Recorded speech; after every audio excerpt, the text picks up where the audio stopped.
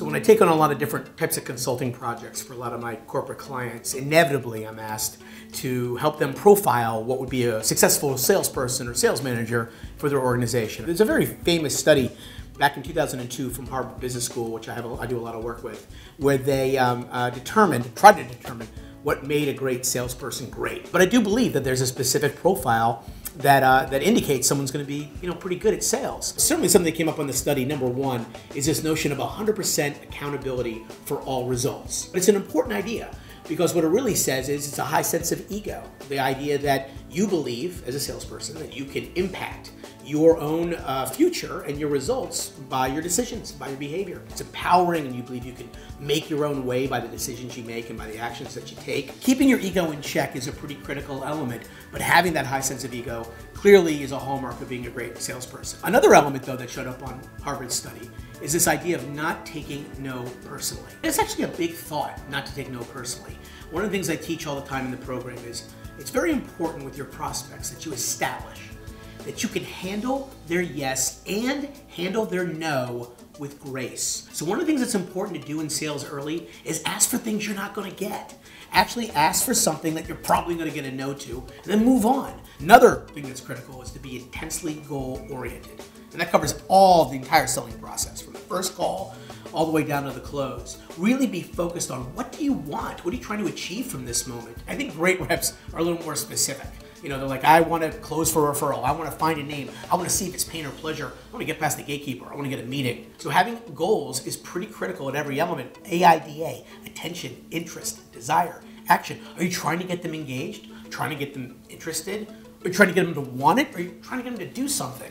Those are four completely different behaviors, and it starts with a salesperson knowing what they want out of that moment. The final bit on the Harvard study that I think is so remarkable is this notion of being impeccably honest with yourself and customers. There's certainly a lot of salespeople that aren't impeccably honest, and I think they pay that price. But the truly great, gifted salespeople around the world understand that being impeccably honest with yourself and with your customers is critical. And it's not just about saying the right things about the product or not, saying negative things about the competitor. It goes beyond that.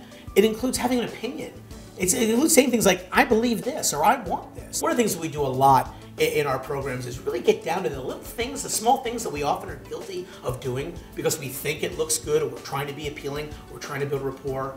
In reality, all we're doing is not really being genuine and not being ourselves, and I think it can hurt us. Two other things that I'd add to this list of four I just mentioned. The first is the notion of embracing silence. Silence is, without a doubt, your biggest friend in closing. There's never been a close written, and I know a lot of them, that can contend with what silence can give you as far as your ask. It not only allows you to learn way more about your customer than you would have without it, it immediately gives a sense of relief and calm to you while demonstrating tremendous confidence and tremendous sophistication. That's a big part of what we do in these programs, is show you where silence can matter. And yeah, don't think it's natural. You have to learn how to embrace silence, so we teach that. And the last thing that I'd want to share with you that's so important to me, and I think important to any great rep, is demonstrating intellectual curiosity. That doesn't mean you have to be a rocket science, and it doesn't mean that you have to read the Wall Street Journal every morning, but it does mean you have to have some level of curiosity about things that are interesting, and that specifically includes your customers. If you can't truly come up with an interesting question or something you want to learn from a customer or prospect, I'd argue you have no business meeting with him or her. Selling always starts and ends with them, not you.